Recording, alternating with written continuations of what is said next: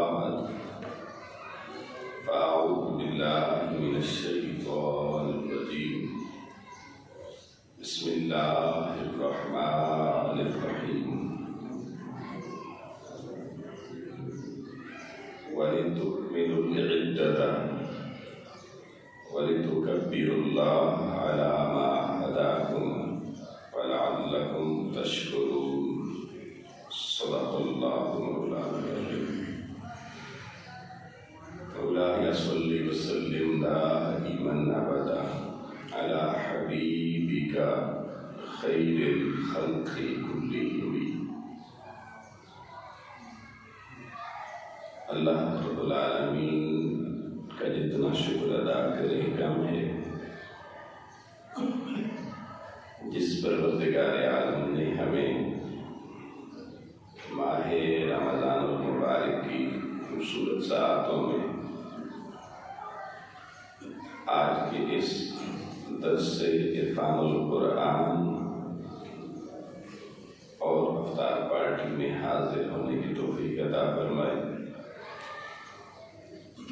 بے بہا درود و سلام حضور سید کائنات، حضور تاجدار کائنات حضرت محمد مصطفیٰ احمد مجتبیٰ صلی اللہ علیہ وآلہ وسلم کی ذات پاک پر اور آپ کی جمیع آل پاک کی خدمت میں، جن کا توسل اور جن کا تصدق ہمارے ایمان کی بہار اور ضیاء کا ذریعہ ہے. تحریک منہاج القرآن ضلع راولپنڈی اور تحریک جملہ فورمز ضلع راولپنڈی، ان کے زیر اہتمام ہمارا ماہانہ شب بیداری کا پروگرام ہر ماہ کے آخری سیٹرڈے کو اسی مرکز پر ہوا کرتا ہے. ماہ رمضان المبارک کی وجہ سے اس مہینہ میں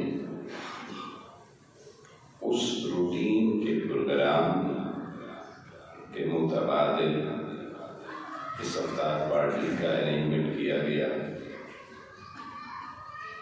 اور اس درس عرفان القرآن کی ارینجمنٹ کی گئی. انشاءاللہ ہمارا جو پراپر پروگرام ہر ماہ ہوتا ہے وہ آئندہ اگلے مہینوں میں ہر مہینے کے آخری ہفتے والے دن معمول کے ساتھ عشاء کی نماز کے بعد ہوا کرے گا.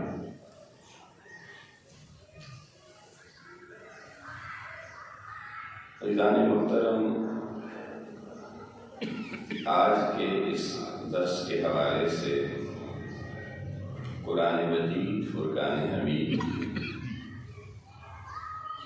سورہ بقرہ کے جو الفاظ میں نے آپ کے سامنے پڑھے، اللہ جل مجدہ نے ارشاد فرمایا کہ رمضان المبارک کے مہینے کی جو گنتی ہے کہ آج اتنے روزے ہو گئے ہیں، اتنے روزے اور رکھنے ہیں، گزرے ہوئے روزوں کا محاسبہ کرنا کہ میں نے کتنی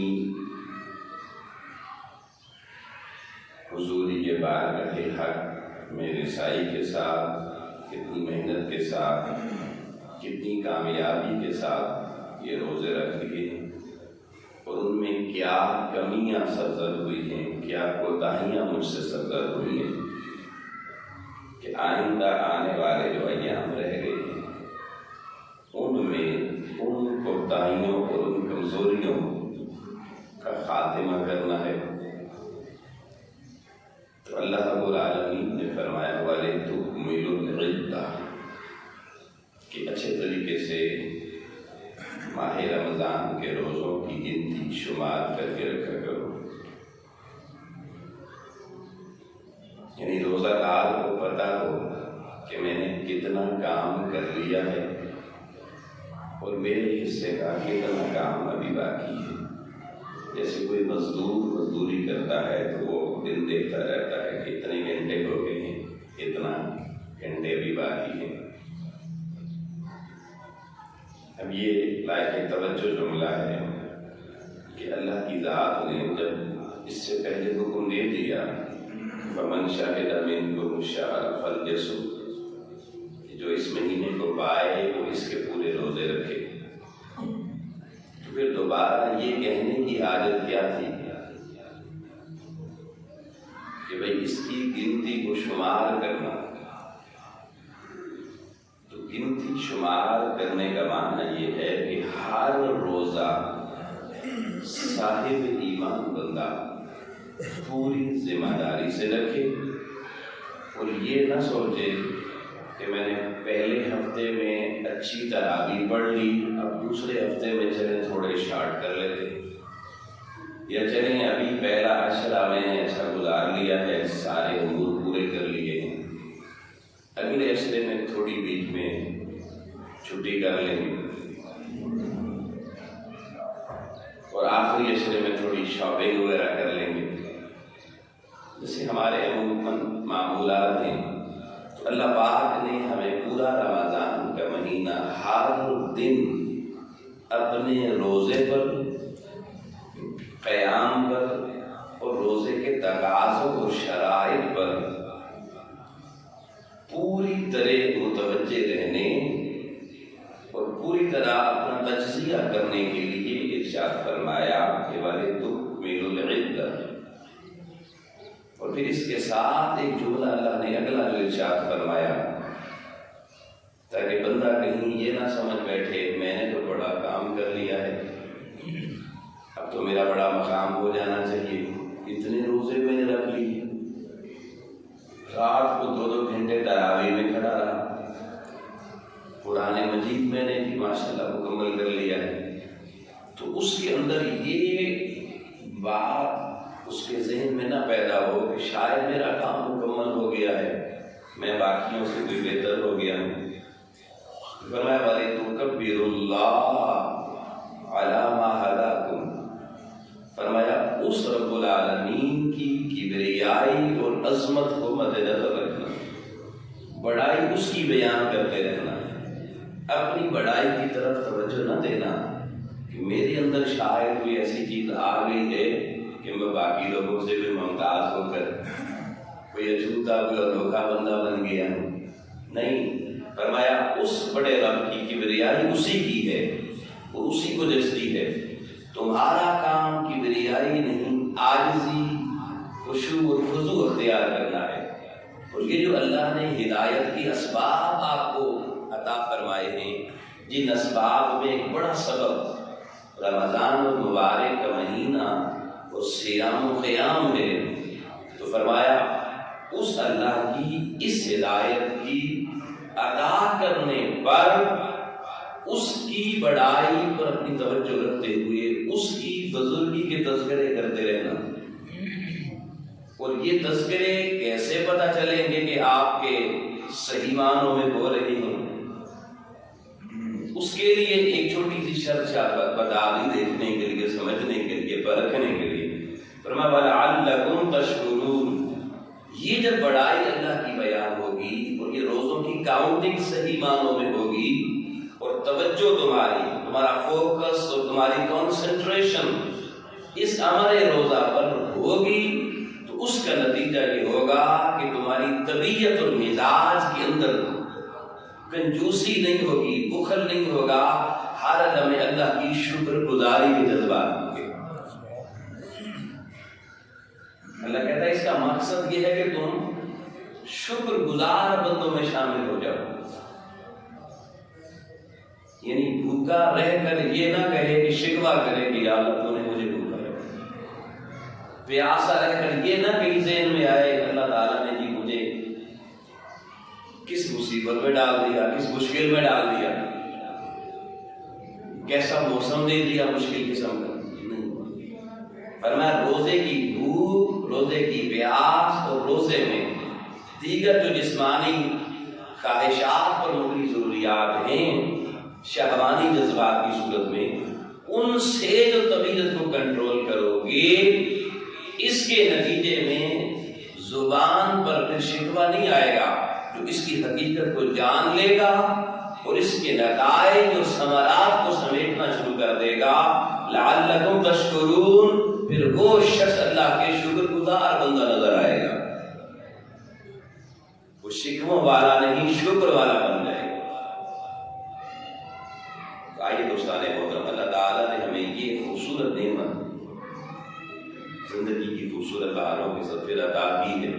ایک اشرہ الحمدللہ تعالی مکمل ہو چکا ہے، اس اشرے کا ہمیں احتساب کرنا ہے کہ اس اشرے کو ہم نے کتنی توجہ کے ساتھ اور کتنی کامیابی کے ساتھ گزارا ہے، اور اس کے نتائج ہم نے کتنے حاصل کیے ہیں، اور جو باقی 2 اشرے ہیں ان میں ہم نے اب اپنے معاملات زندگی کو کس طرح مزید بہتر کرنا ہے۔ یاد رکھیے، اللہ تعالیٰ نے کوئی بھی عبادت ہمیں بے مقصد نہیں عطا فرمائی، اور پھر عبادت کا مقصود، یہ جو بعض لوگوں کا تصور ہے، یہ سارا کچھ تجھے قیامت کو پتہ چلے گا، اس تصور کو بھی بہتر کرنے کی ضرورت ہے کہ اللہ دنیا میں مشقت کروا رہا ہے، محنت کروا رہا ہے، ریاضت کروا رہا ہے، عبادت کروا رہا ہے، عبادت کے اجتماعی اور انفرادی جو اثرات اور ثمرات ہیں، یہ دوستان محترم صرف آخرت میں نہیں، دنیا میں پتہ ہی نہیں ہے جناب۔ جیسے حاجی صاحب 5 حج کر کے پھر بھی جناب ان کا تول جو ہے وہی کمی رہتی ہے، کہ آخرت میں بھی حج کا تو فیصلہ ہوگا نا، میں نے صحیح کیا تھا یا نہیں، تو دنیا ہے۔ یہ تصور غلط ہے دوستان محترم۔ آخرت میں نتیجے سنائے جائیں گے، لیکن اللہ کی عبادات میں کمالات یہ ہیں، اللہ کی عبادات انسانی روح اور جسم کے لیے اسی طرح کی میڈیسنز ہیں جیسے ہمیں ڈاکٹر اور طبیب میڈیسن دیتا ہے، اور ڈاکٹر کی میڈیسن لینے کے بعد ہم فوراً جیسی میڈیسن کھاتے ہیں، اگلے ہی لمحے ہمارا تصور اس طرف جاتا ہے کہ صحت میں کتنی بہتری آ رہی ہے، کتنی نہیں آ رہی، اور اگر 2-3 دن میڈیسن کھا کر بھی افاقہ نہ ہو تو دوبارہ رابطہ کیا جاتا ہے، کہیں میڈیسن لینے میں غلطی تو نہیں ہو رہی، یا میڈیسن مزید بہتر تو نہیں ہمیں لینی چاہیے۔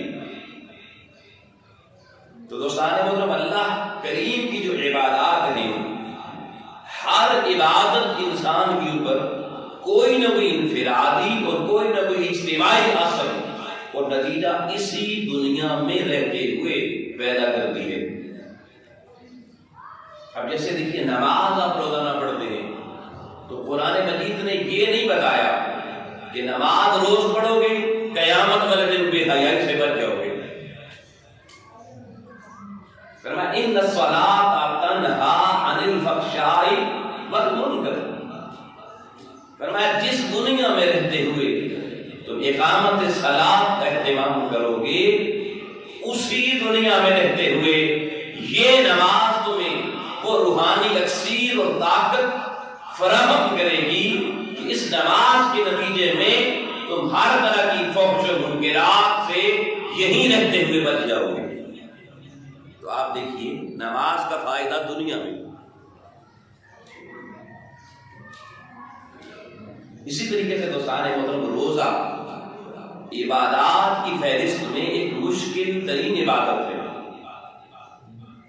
وہ اس لیے کہ انسان کی ساری زندگی پیدا ہونے سے لے کر انتقال کرنے تک یہ کھانے پینے اور خواہشات کے ساتھ جڑی ہوئی ہے۔ تو نماز میں دیکھیے، ایک نماز کوئی 15 منٹ کی، کوئی 10 منٹ کی، کوئی 20 منٹ کی، اتنی دیر آپ پابند رہے اللہ کی حضوری کے، پھر آزاد ہو جاتے ہیں، اس کے بعد اپنی مرضی چلنا شروع ہو جاتی ہے، چاہے وہ اس کی مانے چاہے وہ اپنی مانے۔ زکوٰۃ کا بھی سال کے بعد ایک دفعہ حکم ہے، روزہ تو زندگی میں کسی صاحب حیثیت پہ ایک دفعہ فرض ہے، مگر اس روزے کی عبادت پہ غور و فکر کیجیے کہ یہ اللہ تعالیٰ نے پورا ایک مہینہ دن کو خواہشات نفسانیہ اور کھانے پینے سے مکمل گریز کی صورت میں سحری سے افطاری تک پابند بنا دیا، اور افطاری کے بعد بھی جان نہیں چھوٹی، مزدوری ختم نہیں ہوئی، آزادی نہیں ملی، بلکہ پھر افطاری سے لے کر سحری تک پھر اللہ کی حضوری اور رات کے قیام اللیل، تراویح اور تہجد اور تسبیح و تحلیل اور تلاوت، اس پہ فوکس رکھنا۔ اب دیکھیے نا، جب من صامہ کا لفظ حدیث میں آیا تو ساتھ من قامہ کا بھی آیا، جو روزے کی حالت میں رہا، جو قیام کی حالت میں رہا، تو دن کو روزہ اور رات کا قیام، ہر دو ذمہ داریاں اور ڈیوٹیاں روزانہ کی بنیاد پر پورا مہینہ رکھی۔ تو اب جو بندہ پورا مہینہ فل ٹائم ایک مزدوری میں لگا رہے تو یقیناً اس کی اجرت اس کو اس کے بعد بہتر حالت میں ملتی ہے۔ اور یہ مزدوری، یہ مشقت، یہ ریاضت، یہ محنت بندہ کس کے لیے کر رہا ہے؟ جس نے کہا کہ روزہ کسی اور کے لیے نہیں ہے، میرے لیے ہے۔ تو جب اللہ کے لیے کیا تو یقیناً اللہ اسی دنیا میں رہتے ہوئے، انہی ایام میں رہتے ہوئے، انہی سالوں میں رہتے ہوئے، اللہ کریم کی ذات ہمیں اس کے اجتماعی اور انفرادی اثرات اور نتائج بھی عطا فرمائے گا۔ وہ نتائج کیا ہیں، وہ اثرات کیا ہیں، وہ ہمیں سے ہر روزہ دار جس نے صحیح محنت کے ساتھ روزے رکھے، صحیح نیت کے ساتھ، صحیح ارادے کے ساتھ، صحیح محنت کے ساتھ رکھے، اس کو اپنی زندگی میں اس کے نتائج گواہ کو نظر آتے ہیں۔ لیکن اس کے لیے کچھ شرائط ہیں۔ جو ایک بڑی امپورٹنٹ بات میں اس حوالے سے کہنا چاہتا ہوں وہ یہ کہ ہم نے آج تک عبادت کا مزاج اختیار نہیں کیا۔ عبادت کرتے ہیں لیکن مزاج عبادت والا نہیں ہے۔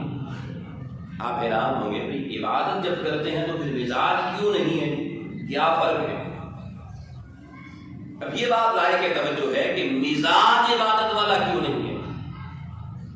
مزاج اس لیے نہیں ہے کہ رات کا قیام کوئی لمٹ نہیں رکھی کہ بھائی آپ نے اتنا قیام کرنا ہے، ساری رات قیام کریں، ساری رات اللہ کی عبادت میں گزاریں، کوئی پابندی نہیں ہے۔ اور مقصد تھا اللہ کے ساتھ جڑنا، اللہ کی قربت اور اللہ کی معرفت اختیار کرنا۔ تو ایسا کیوں ہوتا ہے کہ اگر تراویح میں قاری صاحب کسی دن تھوڑی زیادہ پڑھ لیں قرآن، کسی رکعت میں تھوڑا زیادہ قرآن پڑھ لیں، تو طبیعت پہ بوجھ کیوں آ جاتا ہے؟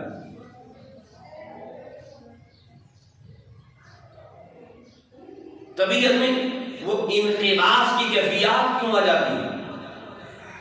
طبیعت کے اندر ریپیلنٹ فورسز ورک کیوں کرنا شروع کر دیتی ہیں؟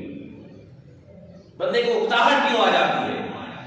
اگر کہیں دعائیہ تقریب میں بیٹھے ہوں، بندہ دعا مانگنا شروع کرے، جمعہ کی نماز ہی آپ نے مثلاً یہاں پڑھی، اس کے بعد آخر میں دعا کی گئی، اگر تھوڑی حضوری پر دعا کرنے والے نے اپنی حضوری کے مطابق تھوڑی لمبی دعا کر دی، تو اگر کسی شخص کی طبیعت پہ یہ بات گران گزری کہ یار دعا مختصر ہوتی تو اچھا تھا، یہ کیا ہے؟ یہ مزاج عبادت والا نہیں ہے۔ مزاج نہیں چاہتا، وہ صرف سیر و تفریح کی نیت سے، جیسے انسان بلا ارادہ بھی کسی کام کو کر لیتا ہے، بلا نیت بھی کر لیتا ہے، بلا ضرورت بھی کر لیتا ہے، تھوڑی دیر کے لیے چلے ذائقہ چکھنے کے لیے، تو آ گیا تو صحیح بندہ۔ اب کیونکہ مزاج عبادت کا نہیں ہے، عبادت بوجھ بن رہی ہے۔ قرآن مجید کھولتا ہے، کہتا مجھے نیند آ جاتی ہے، ویسے ساری رات موبائل لے کے بیٹھا رہے، نیند نہیں آتی، واٹس ایپ فیس بک چلتی رہے، ساری رات نیند نہیں آتی، بلکہ آئی ہوئی نیندیں بھی اڑ جاتی ہیں، کیونکہ طبیعت اور مزاج مانوس ہے اس کے ساتھ۔ اور جب لوگوں مزاج اور طبیعت کسی چیز کے ساتھ مانوس نہ ہو تو اس کے ساتھ زیادہ وقت گزارنے کا دل نہیں کرتا، جی میں اکتاہٹ شروع ہو جاتی ہے، بندہ کہتا ہے کہ ہم پھنس گئے ہوں یار، جلدی سے یہاں سے نکلو۔ دنیا کے بازار میں گھومنا، ساری رات گھومتا رہے گا، کوئی پرواہ نہیں، کیوں؟ کیونکہ مزاج شناسائی ہے عبادات کے ساتھ. لیکن احباب گرامی اللہ کی عبادات کے معاملے میں بندگان خدا کے حوالے سے بڑی معذرت سے یہ جملہ کہنا چاہتا ہوں. اگر کسی کی طبیعت پہ یہ جملہ بھی گنا گزرے تو معذرت کر رہا ہوں. اللہ سب کو توفیق اور اذن حضوری عطا فرمائے کہ اللہ کی عبادت کے معاملے میں بندگان خدا کے مزاج عبادت والے نہیں ہیں. میں نے روزانہ کتنے لوگ ملتے ہیں جی میں جی فلانی مسجد میں تراویح پڑھنا چاہتا ہوں, وہ قاری صاحب ذرا آدھے پونے گھنٹے میں ختم کر لیتے ہیں. مزاج بھاگنے کا ہے, اللہ کی بارگاہ سے دور ہونے کا ہے, اللہ کی قربت کی طرف رہنے کا نہیں ہے. جاتے ہیں مگر رہنا نہیں چاہتے وہاں. تھوڑی دیر بھی کوئی روک لے تو طبیعت پہ بوجھ آ جاتا ہے. اس بات کی علامت ہے دوستان محترم کہ ہمارے مزاج ابھی اللہ کی عبادت والے ماحول میں ڈھلے نہیں ہیں. تو روزے میں اللہ نے فل ٹائم 24 گھنٹے کی ایک ریہرسل دی ہے, 24 گھنٹے کی ایک اوور ہالنگ کا ٹائم دیا ہے, ایک اپنے روحانی اور جسمانی قوات کی سروس کا ٹائم دیا ہے. جیسے آپ کوئی مشینری دنیا میں لیتے ہیں تو ہر مشین, ہر گاڑی, ہر وہیکل اس کو ایک خاص ٹائم کے بعد سروس کی ضرورت پڑتی ہے, ٹیوننگ کی ضرورت پڑتی ہے.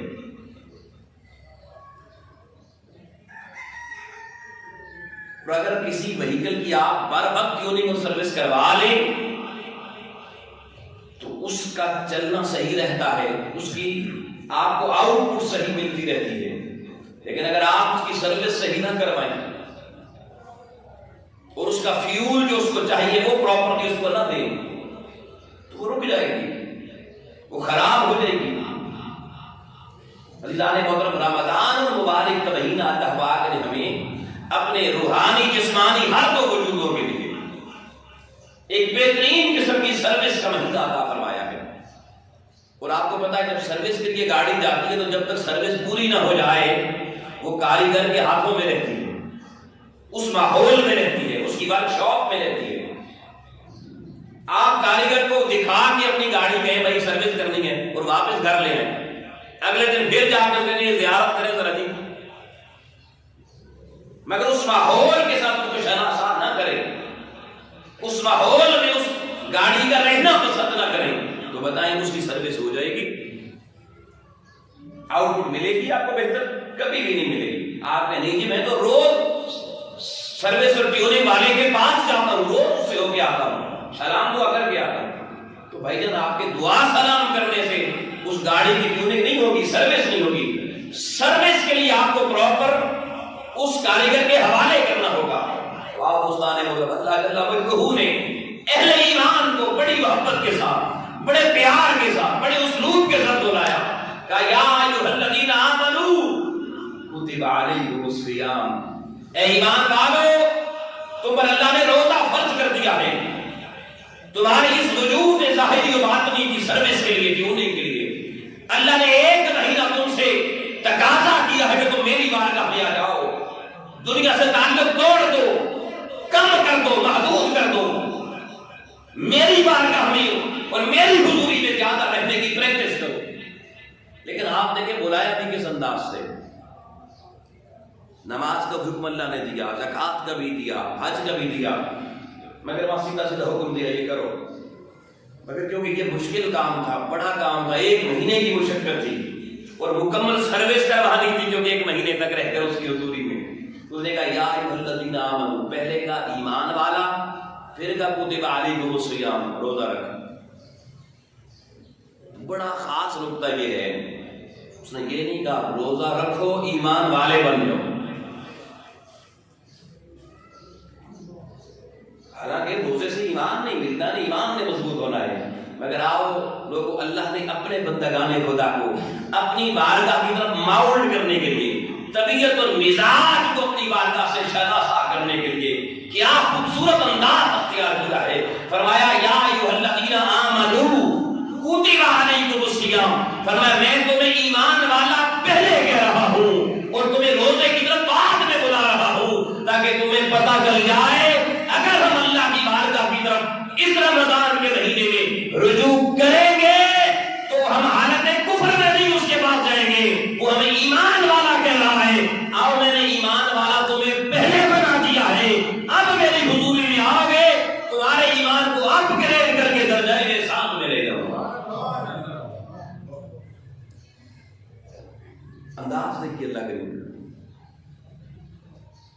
تو پھر تسلی بھی ساتھ دی. ہمیں تسلیاں بھی چاہیے ہوتی ہیں نا, کوئی مشکل کام ہو تو تسلی کوئی دے دے تو بندہ ذرا شیر بن جاتا ہے. اس نے کہا نہیں, یہ تمہیں ذرا مشکل میں نہیں ڈال رہا, کما کتب علی الذین من قبلکم, کہ تم سے پہلے لوگ بھی یہ کام کرتے رہے ہیں, تم یہ نہ سمجھنا ہمارے اوپر کوئی مشکل ہے. تو یاد رکھیے, اس سے پتہ چلا کہ روزے کو اور رمضان کے مہینے کو کوئی ٹیکس سمجھ کے یا کوئی جرمانہ سمجھ کے ادا نہیں کرنا چاہیے. آپ کو پتا ہے کہ جب بندہ ٹیکس دیتا ہے تو کوئی بندہ شوق سے ٹیکس دیتا ہے, خوشی سے دیتا ہے. بندہ کہتا ہے یار یہ نہ ہی دینا پڑتا ہے, طبیعت نہیں چاہتی, مزاج ٹیکس دینے والا نہیں ہے. لیکن آپ دیکھیں, آپ کسی کی شادی میں جاتے ہیں, ولیمے کا کھانا کھاتے ہیں, آپ بڑا سا نوٹ نکال کے جو دیتے ہیں. کسی نے تقاضا کیا ہوتا ہے مجھے تو کیوں نہیں کرنا, کیونکہ وہاں مزاج مل رہے ہیں اس کام میں. مزاج چاہتا ہے نہیں یار میرا نام یہاں آنا چاہیے, ان کی فہرست میں میرا نام لکھا جانا چاہیے, اس نے اتنے ادا کیا ہے اس نام کے لیے, دنیا کے نام کے لیے, لوگوں کے درمیان جھوٹی عزت و شہرت کے لیے. ہمارا مزاج وہاں بن گیا. لیکن دوستان محترم, جہاں ٹیکس والی صورتحال ہو, جرمانے والی صورتحال ہو, ہر کوئی اس سے دور ہونا چاہتا ہے. اگر رمضان کے مہینے میں ہماری طبیعت روزہ, قیام, تلاوت, تراویح, نیکی کے اور معاملات, لوگوں کی بھلائی, لوگوں کی خیر خواہی, اس سے طبیعت میں انخلاء آتا, طبیعت دور ہوتی ہے, تو سمجھ لیں ہم نے رمضان کو اور روزے کو ٹیکس اور جرمانہ سمجھا ہوا اللہ کی طرف سے.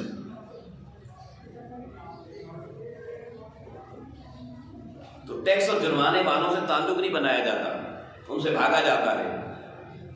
اور جس دن بندہ مومن کا دوستان محترم طبیعت کا مزاج اور کیفیت اس جرمانے والی کیفیت سے باہر آ جائے گی روزہ رکھ کر, اور اس کو ویسے جیسے ولیمے میں جا کے کئی گھنٹے بیٹھتا ہے, شوق سے بڑی عزت و احترام سے اپنے کو سلامیاں پیش کرتا ہے, تو جب بندہ مومن کے اندر یہ کیفیت اللہ کے رمضان کے مہینے میں آ جائے گی تو دوستان محترم پھر روزے سے طبیعت بندہ چرائے گا نہیں, بلکہ طبیعت روزے کے ساتھ لگ جائے گی. روزہ رکھ کے سکون زیادہ ملے گا, راحت زیادہ ملے گی, اور رات کو پھر مصلی پہ کھڑے ہو کے پھر یہ نہیں ہوگا وقت کتنا گزرا ہے, پھر کوئی رابعہ بصری کی ہم شکل ہم صبر, کوئی جس میں مثالی میں رابعہ بصری بن کر پھر یہ دعا کرتا نظر آئے گا, مولا راتیں ذرا لمبی کر دے, تیرے قیام میں مزہ بڑا آ رہا ہے.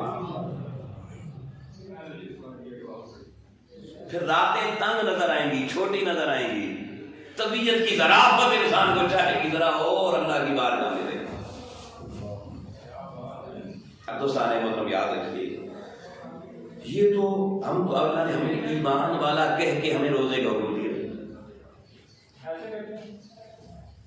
انسان کی وجود ہے نا جی, یہ بھی ایک بایولوجیکل مشین کی طرح ہے,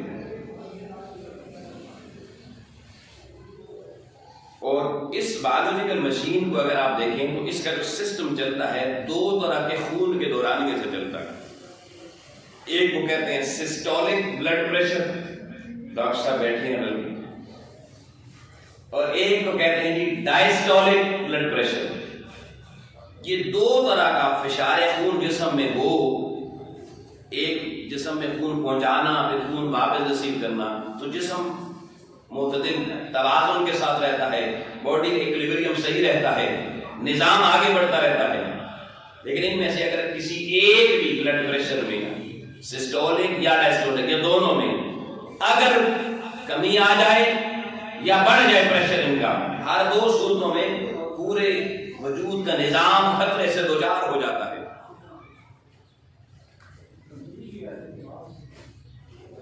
اب دوستان محترم, وجود کا یہ جو انفراسٹرکچر ہے اس کے صحیح کام کرنے کے لیے یہ دونوں طرح کے ڈائسٹولک اور سسٹولک بلڈ پریشر, انقباضی بلڈ پریشر اور انبساطی بلڈ پریشر اردو میں کہیں, ان دونوں کا نارمل رہنا ضروری ہے.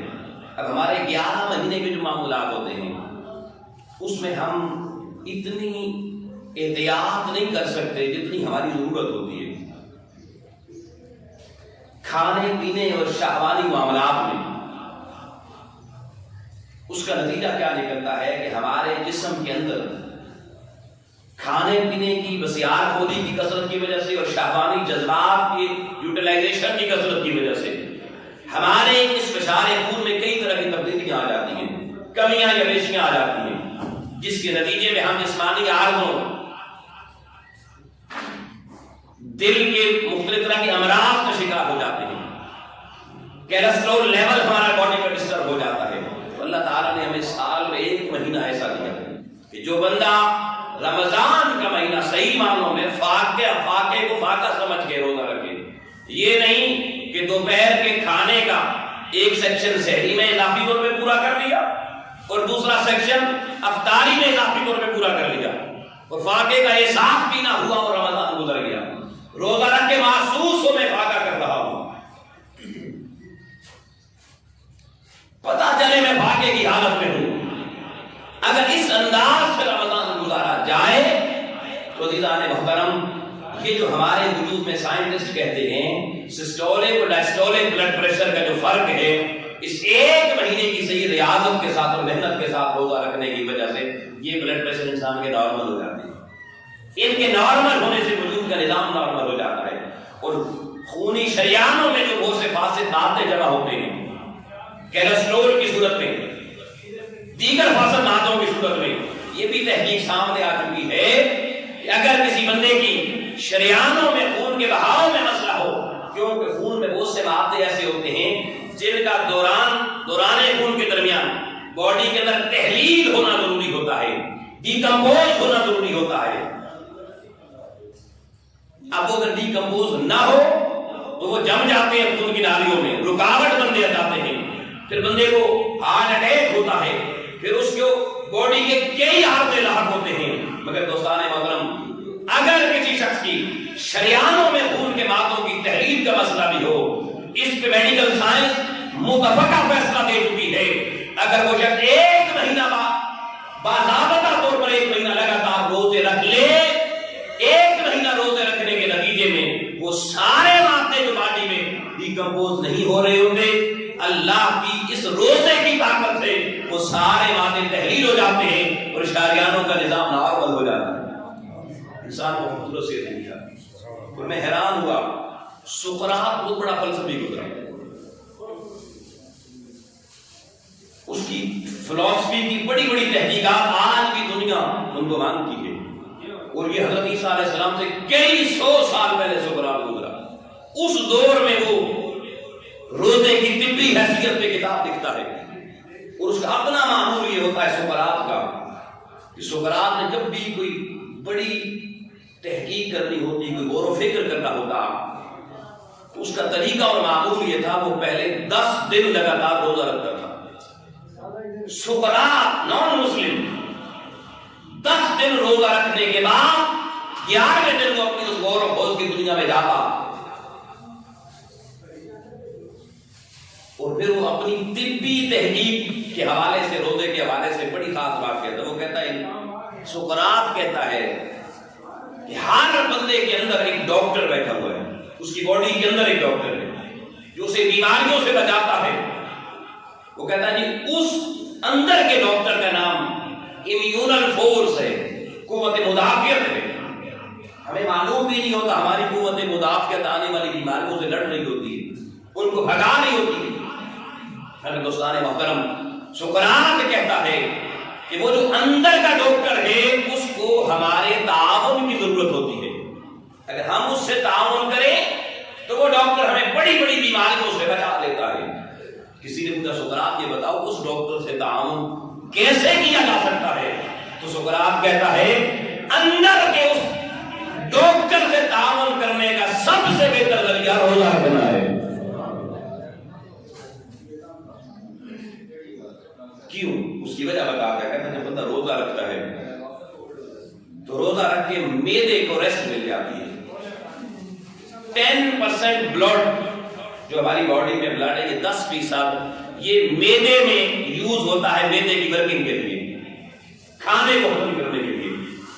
تو میڈیکل سائنس بھی اس بات کو پروو کر رہی ہے کہ جب بندہ روزہ رکھتا ہے تو وہ 10% وہ بلڈ اب میدے کی طرف نہیں جاتا، یوز نہیں ہوتا. اب کیا کرتا ہے؟ ہارٹ کو 10% ریسٹ ملتی ہے، وہ اس دوران آپ کی باڈی میں ہیموگلوبن بناتا ہے. ہیموگلوبن بناتا ہے. ہیموگلوبن کیا چیز ہے؟ ہیموگلوبن وہ چیز ہے دوستان محترم جو اگر جسم میں کم ہو جائے، ہیموگلوبن اگر جسم میں کم ہو جائے تو کہتے ہیں جی قوت مدافعت کم ہو گئی ہے. یہ ڈینگی جو وائرس پھیلتا ہے تو کیا کہتے ہیں؟ ہیموگلوبن ڈاؤن ہو رہے ہیں، قوت مدافعت کمزور ہو رہی ہے. تو قوت مدافعت بڑھانے کے لیے ہیموگلوبن کا زیادہ ہونا ضروری ہوتا ہے. اور آؤ دوستان محترم، آج کی جدید میڈیکل سائنس اور وہ سقراط اس دور کا وہ بھی بتا رہا ہے، یہ بھی بتا رہے ہیں کہ باڈی میں جب روزے کی حالت میں میدے کو ریسٹ ملتی ہے تو دل آپ کا ہارٹ اس وقت اس خون کو استعمال کرتا ہے ہیموگلوبن میں اضافے کے لیے. اور باڈی میں ہیموگلوبن کتنا بڑھتا ہے، اس کے بڑھنے کی وجہ سے آپ کی باڈی کا نیورل سسٹم اتنا سٹرانگ ہو جاتا ہے. اور آپ کے جسم کی قوت مدافعت جتنی سٹرانگ ہوتی ہے اتنا بیماریوں کے خلاف اس وجود کو جہاد کرنے میں مدد مل جاتی ہے. آؤ دوستان محترم، آخری بات، اس وقت پچھلے 2 سال سے کم و بیش یا 1.5 سال سے یہ پوری دنیا ایک اینزائٹی کی کیفیت میں، انجوائنا کی کیفیت میں ہے کرونا وائرس کی وجہ سے. روزہ رکھوا کر اللہ کریم کی ذات بندے کو اپنی اوقات یاد دلانا چاہتا تھا کہ بندے تیری اوقات کیا ہے. مگر جس شخص کو روزہ اس کی اوقات یاد نہ دلا سکے، افطاری میں پھر پیٹ اتنا بھر لے کہ ساری رات اس کو بدہضمی ہوئی رہے، اور صبح سحری میں اتنا ٹھوس لے کہ سارا دن بدہضمی کی کیفیت میں رہے. بدہضمی بھوک نہیں لگنے دیتی. ہم بھوک سے بچنے کے لیے روزے میں، فاقے سے بچنے کے لیے ہم روز بدہضمی کا شکار اپنے آپ کو کر لیتے ہیں. وہ بدہضمی بھوک نہیں لگنے دیتی، ہر کہتے ہیں روزہ بڑا اچھا گزر گیا. مگر آؤ دوستان محترم، جب روزے کے فاقے کی حیثیت سے دور ہو کر، حقیقت سے دور ہو کر ہم نے اپنی اوقات کو یاد نہ رکھا تو اللہ نے پھر ہمیں اپنی اوقات یاد دلانے کے لیے کورونا وائرس بھیج دیا. ساری دنیا کو اس نے اپنی اوقات یاد دلا دی یا نہیں دلا دی؟ اب کرونا وائرس کا کتنا بدن ہوتا ہے. وہ جو بندہ پڑے فخر سے کہتا ہے میں اپنی ایڑی کی ٹھوکر مار کے دھرتی ہلا سکتا ہوں. اتنا چھوٹا وائرس جس کو کوئی آنکھ نہیں دیکھ سکتی، وہ کیسے اس کو لٹا دیتا ہے، اس کی سانس پہ کیسا کنٹرول حاصل کر لیتا ہے. اب بندہ سانس بھی اپنی مرضی سے نہیں لے پاتا، اب گلا بند کر دیتا ہے. اب کھا کے دکھلاؤ ذرا مجھے. تو اللہ کی ذات بتانا چاہتی ہے بندے یہ سانسیں بھی میں نے تمہیں اپنی یاد کے لیے دی تھی، یہ غذا کا نظام بھی میں نے تمہیں اپنی یاد کے لیے دیا تھا. اگر تم اس لیے کھاتے کہ تم مجھے یاد کرو، اگر تم اس لیے آکسیجن لیتے کہ تم مجھے یاد کرو، جب تمہاری کھانے پینے کا تعلق میری یاد کے لیے ہوتا تو میری یاد تمہیں اور میری قربت الہی عطا کرتی کہ تمہیں دنیا میں رہتے ہوئے سکون اور خوشحالی ملتی اور میری حضوری میں بھی تمہارے جھنڈے بلند ہو جاتے. تو آؤ دوستان محترم، اس وقت آج یہ رمضان میں اور اس کرونا وائرس کی کیفیت میں آؤ کثرت استغفار کریں، کثرت گرجا کریں، کثرت توبہ کریں، کثرت تلاوت کریں اور اللہ کے حضور اپنے دامن کو پھیلائیں اور ریوائول آف لائف کریں. باڈی کو رمضان کی حقیقی سروس اسٹیشن کی طرف لے کر جائیں اور اللہ کی حضوری میں پناہ مانگے کہ مولا ہمیں اپنی اوقات ہم بھول گئے تھے، اب تو نے یاد دلا دی ہے، اب تو نے ہمیں ہماری اوقات یاد دلا دی ہے. چاہنے کے باوجود بھی بندے مل نہیں پا رہے، گھر میں بھی فاصلے سوشل ڈسٹینس آ گئے کیونکہ ہم نے وہ سوشل ڈسٹینس مٹا دیے تھے جو قدرت نے ہمیں قائم رکھنے کا حکم دیا تھا. وہ نامحرموں کے ساتھ جو ہمارے سوشل ڈسٹینس تھے وہ ہم نے مٹائے، اس نے آج محرموں میں بھی ڈال دیے. جیسے کھانا پینا 11 مہینے حلال ہے، جائز ہے، جس وقت مرضی کھاؤ پیو، مگر روزے میں نہیں کھا پی سکتے، اس نے منع کروا دیا. تو وہ سوشل ڈسٹینس اس نے کہا تھا اپنی سوشلزم میں، اپنی سوشل لائف میں رکھنا، ہم نے نہیں رکھا. آج کس کیفیت سے گزرتے ہیں. آؤ دوستان محترم، یہ مجالس، یہ محافل، یہ تذکرے یہ کسی کام کے نہیں ہیں اگر ہم اس سے فائدہ نہ اٹھا سکیں، اگر سن کے محظوظ ہو کے صرف اپنے کانوں کی لذت پوری کر کے چلے گئے اور ہماری زندگی کے اندر جی آخرت میں فائدہ ہوگا، بیان سنا تھا جی بس آخرت میں بڑا فائدہ ہوگا۔ اگر دنیا میں آج تیری طبیعت میں اس کا فائدہ نہ ہوا تو یاد رکھنا پھر آخرت میں بھی کوئی نہیں۔ اب یہ ایک الگ پورا مضمون ہے، اس کی ڈیٹیل میں نہیں جانا چاہتا، مگر اتنی گزارش کرنا چاہتا ہوں دوستان محترم، اس رمضان المبارک کو تمام اہل ایمان اپنی دنیاوی زندگی کی بہتری، آخرت تو ہوگی چلی ہوگی، اس کے حوالے سے پہلے سوچ بچار کریں اور تحریک منہاج القرآن اور قائد تحریک منہاج القرآن استاد یہ محترم حضور شیخ الاسلام ڈاکٹر محمد طاہر القادری رضی اللہ علیہ، لیکن آپ نے جیسے یہ کرونا وائرس کی جب کیفیت اس کائنات میں یہ وبا آئی، سب سے پہلے اگر کسی دینی پلیٹ فارم سے کوئی آواز بلند ہوئی سوشل ڈسٹینسز کے حوالے سے، احتیاطی تدابیر کے حوالے سے، حضور شیخ الاسلام کی آواز بلند ہوئی۔ دنیا نے مذاق اڑایا، نہیں جی کیا ہے جی یہ پتہ نہیں جی سازش ہے جی ہمارے درمیان، وہ سازش کرتے کرتے آج جنازے کتنے اٹھ گئے، وہ روز اٹھ گئے۔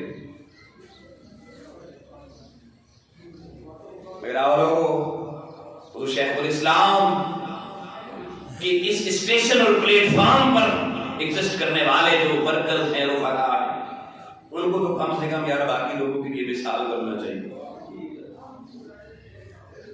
میرے استاد یہ محترم زندگی میں ایک بار نہیں سینکڑوں بار نمدار آنکھوں کے ساتھ آپ کے جملے آپ نے کئی دفعہ سنے ہوں گے کہ میری تحریک کے فرزند اور بیٹے وہ ہیں جن کی راتیں مسلح پر ہوتے ہوئے گزرے۔ کئی دفعہ آپ نے کہا وہ ڈاکٹر طاہر القادری کا ہم سفر نہیں ہے جو 5 وقت کی باقاعدہ نماز نہیں پڑھتا، قرآن کی تلاوت نہیں کرتا، اللہ کی حضوری میں جس کا آنا جانا نہیں ہے، فارمیلٹی آف لائف جو ورشپ کی گزارتے ہیں، اس کو شیخ الاسلام اپنی اس کیبنٹ کا ممبر بھی کہتے ہیں وہ نہیں ہے، فارمل لائف والا شخص۔ تو ہمیں اپنی زندگیوں کے اندر ایک بہتری کے لیے ماحول پیدا کرنا ہے۔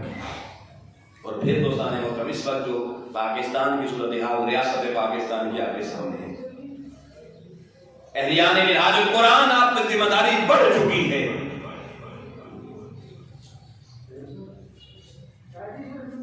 اس وقت میری ریاست اس وقت بڑے خطرات سے دوچار ہے۔ 2012 میں میرے قائد نے کہا تھا ریاست بچاؤ، سیاست نہیں ریاست بچاؤ۔ آج ریاست کی چولیں ہلائی جا رہی ہیں، تو آؤ اہلیان منہاج القرآن اس وقت غور و فکر کی دنیا میں یہ بہترین دن ہے، اپنے باطن پہ محنت کرو، اپنی روحانی تربیت پہ محنت کرو، تزکیہ کے مراحل میں محنت کرو، اور رمضان گزار کے فیلڈ میں نکلو، اس انداز میں نکلو رحمانی قرآنی الوہی پیغام لے کر انقلاب مصطفی کا، کہ اس وقت اس دھرتی کو کسی سیاست کی ضرورت نہیں ہے، کسی اور اعتقاد کی ضرورت نہیں ہے، اس وقت اس ریاست کو، اس فرسودہ نظام کو بدلنے کی ضرورت ہے، اور اس فرسودہ نظام کو بدلنے کا ایجنڈا صرف آپ کے پاس ہے دوستانے میں۔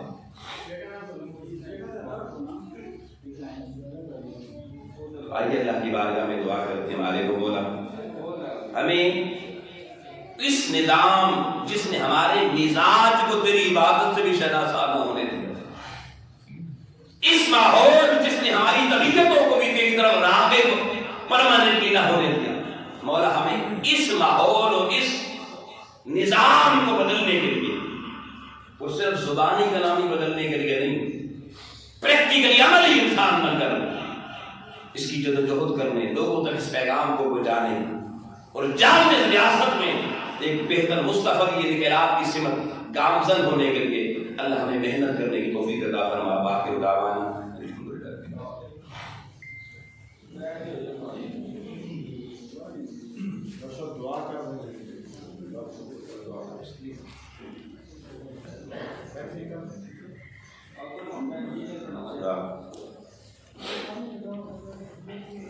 اللهم صل وسلم على سيدنا ومولانا محمد وعلى آله وصحبه وبارك وسلم. اللهم ربنا آتنا في الدنيا حسنة وفي الآخرة حسنة وقنا عذاب النار. الہ العالمین، تیرے بندے تیرے اس خوبصورت ماہ مقدس میں، تیری اس حضوری میں، تیری بارگاہ میں، تیرے گھر میں حاضر ہوئے. اللہ کریم تیرے کلام کا پیغام سنا. میرے مولا ان سب کا آنا اپنی بارگاہ میں قبول فرما. ہماری اس نشست کو اپنی بارگاہ میں قبول فرما. الہ العالمین، ہم نے اس نشست کو جس غرض و غایت کے لیے منعقد کیا، جس کا مقصد بیان کیا، اللہ کریم اس غرض و غایت اور اس مقصد کے نتائج ہمیں نصیب فرما. الہ العالمین، ہم ظاہری باطنی ہر دو حوالوں سے تیرے بڑے کمزور بندے ہیں. ہمارا ظاہر بھی اور ہمارا باطن بھی، ہر دو چیزیں اللہ کریم اس قابل نہیں ہیں کہ ان کو ہم کسی جگہ تیری بارگاہ میں پیش کر سکیں. اگر اللہ تیرا یہ خوبصورت مہینہ اس کی بڑی برکات اور رحمتوں کے ساتھ اس کا دوسرا راشتہ شروع ہو چکا ہے، اللہ ہم اپنے اس فرسودہ وجود کو اور اپنی کمزور روح کو لے کر تیری بارگاہ میں حاضر ہو گئے ہیں. اللہ تو ہمیں جسمانی روحانی ہر دو حوالے سے ترقی اور تعمیر نصیب فرما. ہماری کمزوری ہم سے دور فرما دے. ہر روحانی ہر جسمانی کمزوری ہم سے دور فرما دے. یا اللہ تیرے روزے کے جو حق ہم ادا نہیں کر سکے، جو قیام کے حق ہم ادا نہیں کر سکے، اللہ کریم ابھی 2 اشرے پڑے ہیں، ہمیں وہ ہمت، وہ طاقت، وہ جرأت دے کہ ہم ان کا حق ادا کر سکیں. میرے اللہ کریم ساری امت مسلمان اور ساری انسانیت 7 بر-اعظموں میں آج پریشان ہے. اللہ تیرا امتحان بڑا طویل ہو گیا. اے اللہ، یہ ہماری بدعمالیوں کے نتیجے ہیں، یہ ہماری بدکرداریوں کے نتیجے ہیں. یا اللہ، یہ میری بداحوالیوں کے نتیجے ہیں. اللہ تیری بارگاہ اپنی بدعمالیوں بدافعالیوں کو مان رہے. اللہ ہمیں معافی عطا فرما. اللہ ہمیں معافی عطا فرما. ہمارے ظاہر و باطن کے اندھیرے ہم سے دور فرما. نفس اور شیطان کے جو شکنجے ہم پر یا اللہ بڑے پختہ ہو چکے ہیں، ہمیں ان سے آزاد ہونے کی توفیق نصیب فرما. میرے مولا، ہمارا ماضی جو بڑی ظلمتوں میں گزر گیا، اس پہ تو ہمیں معافی عطا فرما. ہمارے حال کو ہمارے حال کا بہتر فرما دے، اور ہمارے مستقبل کو میرے مولا تو اپنی رحمت و برکتوں کے مطابق، اپنے احکام کے مطابق ہمیں تابناک کو روشن بنانے کی توفیق نصیب فرما. یا اللہ اس امت کا مقدر تبدیل فرما. اس امت کی کشتی جو طوفانوں میں گھری ہوئی ہے، تباہی کے ہولناکیوں میں اس وقت ہچکولے کھا رہی ہے، میرے اللہ کریم اس امت کی اس کشتی کو پھر سے ساحل مکین گنبد خضرا نصیب فرما. یا اللہ تیرا دامن جو ہمارے ہاتھوں سے ٹوٹ چکا ہے، تیرا تعلق جس کی طرف آنے کی تمنا بھی نہیں ہے، میرے مولا ہم خواہشات کی دنیا میں چلے گئے ہیں جہاں تیری حضوری میں جانے کا کوئی ایجنڈا، کوئی پروگرام نہیں ہے. میرے مولا تیرے رمضان میں تیری ہر رات تو آوازیں لگا کے بلا رہا ہے، مگر ہمیں بتائی نہیں تیری طرف. ہماری طبیعتیں کچھ سے مانوس نہیں ہوئی، ہمارے مزاج تیری طرف لپک نہیں رہے. میرے مولا آج تجھ سے توفیق مانگتے ہیں. اللہ ہمیں اپنی بارگاہ کی طرف راغب ہونے کی توفیقات نصیب فرما. اللہ ہمارے ذہنوں پر جو اندھیرے چھائے ہوئے ہیں، ان اندھیروں کو ہم سے دور فرما. اپنے روزوں کی توانائیاں نصیب فرما. جسمانی عارضوں میں جو لوگ مبتلا ہے، اللہ ان کو جسمانی عارضوں سے شفا نصیب فرما. میرے مولا کریم ہمارے گھروں میں جو پریشانیاں وہ دور فرما دیں. ہمارے بہن بھائی ماں باپ عزیز و اقارب، ہماری فیملیز کو بھی میرے مولا ایمان کی سلامتیاں نصیب فرما. نور ایمان عطا فرما، نور رمضان نصیب فرما.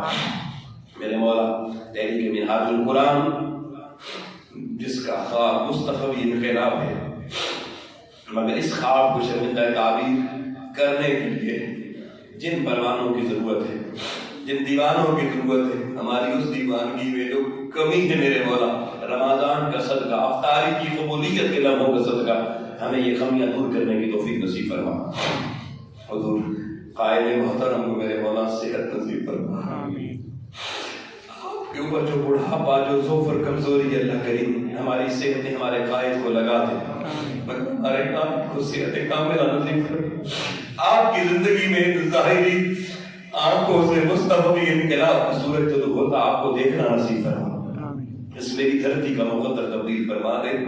میرے مولا یہ دھرتی بہت خون لے چکی ہے. اللہ کریم آپ اس دھرتی کا مقدر تبدیل فرما. مستقبل انقلاب کی کوئی صورت یہاں پیدا فرما دے. مستقبل انقلاب کی راہ ہموار کر دے. اللہ کریم ان راہوں پر ہمیں صحیح معنوں میں صحیح قوت کے ساتھ صحیح جذبے کے ساتھ چلنے کی توفیق نصیب فرما. اللہ کریم ہمارے جو ہوا بیمار ہیں انہیں شفا کامل عطا فرما دے. جو پریشان حالے کی پریشانیاں دور فرما دے. ہماری یہ ساری تو اپنی بارگاہ میں قبول فرما. اللہم ربنا لا تحرمنا بخیر ما عندك للشر ما عندنا یا ارحم الراحمین. سمعنا واطعنا غفرانك ربنا وإلیک المصیر. صلی اللہ علی النبی الأمی وعلی آلہ وصحبہ اجمعین.